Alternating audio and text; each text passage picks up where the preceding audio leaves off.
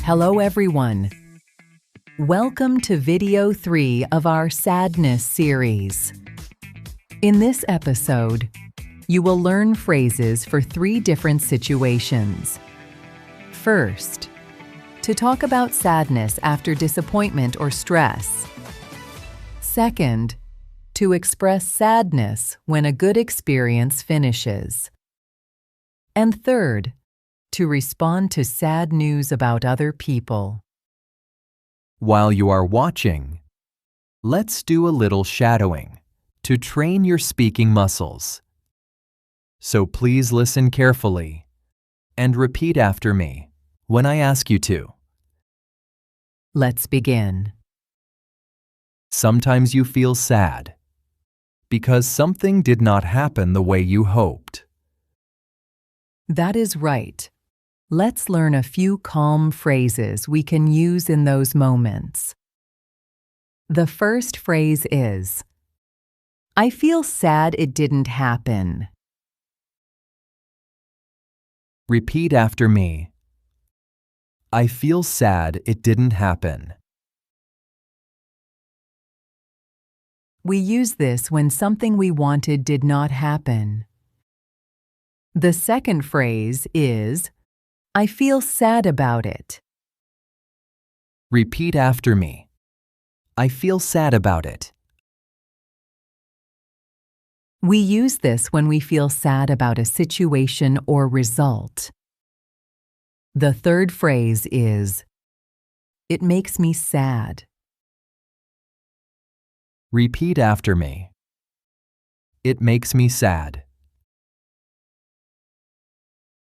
We use this when something causes us to feel sad.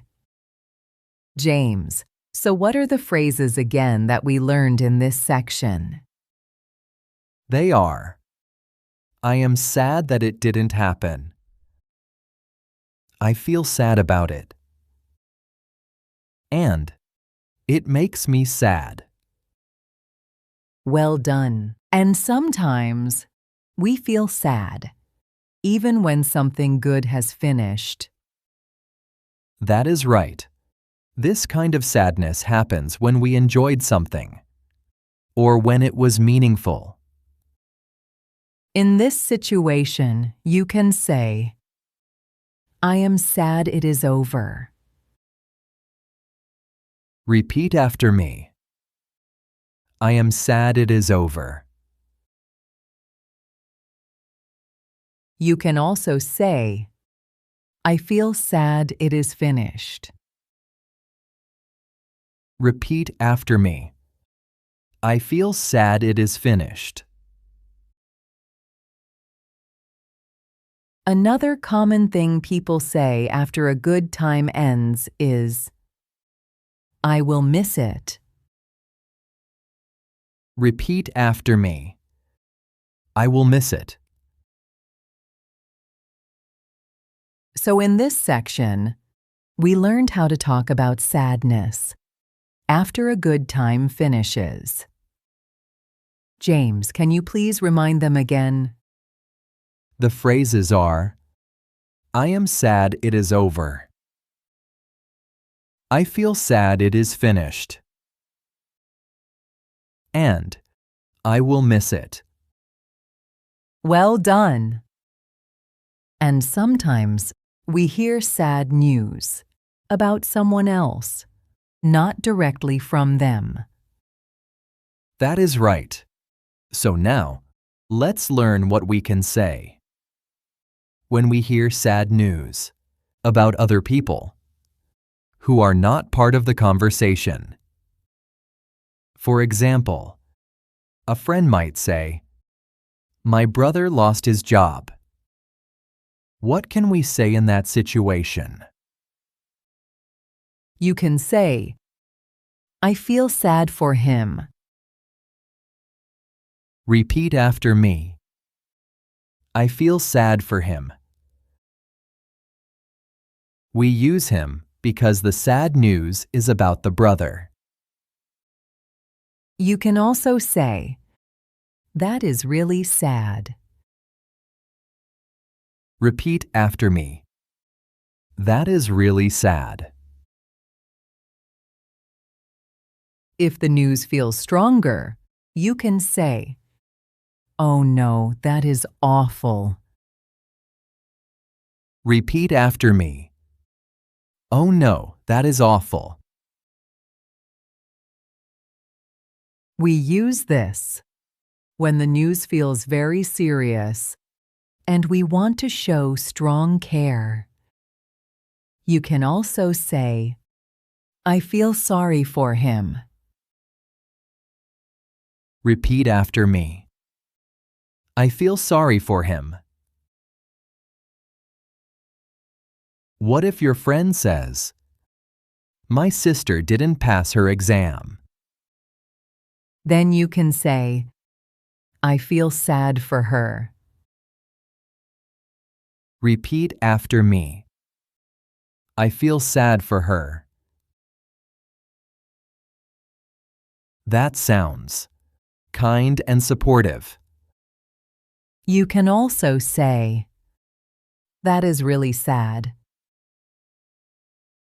Repeat after me. That is really sad. Or if it feels very serious, you can say, "Oh no, that is awful." Repeat after me. Oh no, that is awful. And you can also say, "I feel sorry for her." Repeat after me. I feel sorry for her. That sounds kind and supportive. And what if someone says, "My parents are very sick"? In that case, you can say, "I feel sad for them." Repeat after me. I feel sad for them. We use them because we are talking about more than one person. You can also say, "That is really sad." Repeat after me. That is really sad. If the news feels very serious, you can say, "Oh no, that is awful." Repeat after me. Oh no, that is awful. Sometimes we can also add a follow-up sentence to show more care. For example, you can say, "Oh no, that is awful. I am really sorry to hear that." Repeat after me. Oh no, that is awful. I am really sorry to hear that. You can also say, "Oh no, that is awful. I hope they feel better."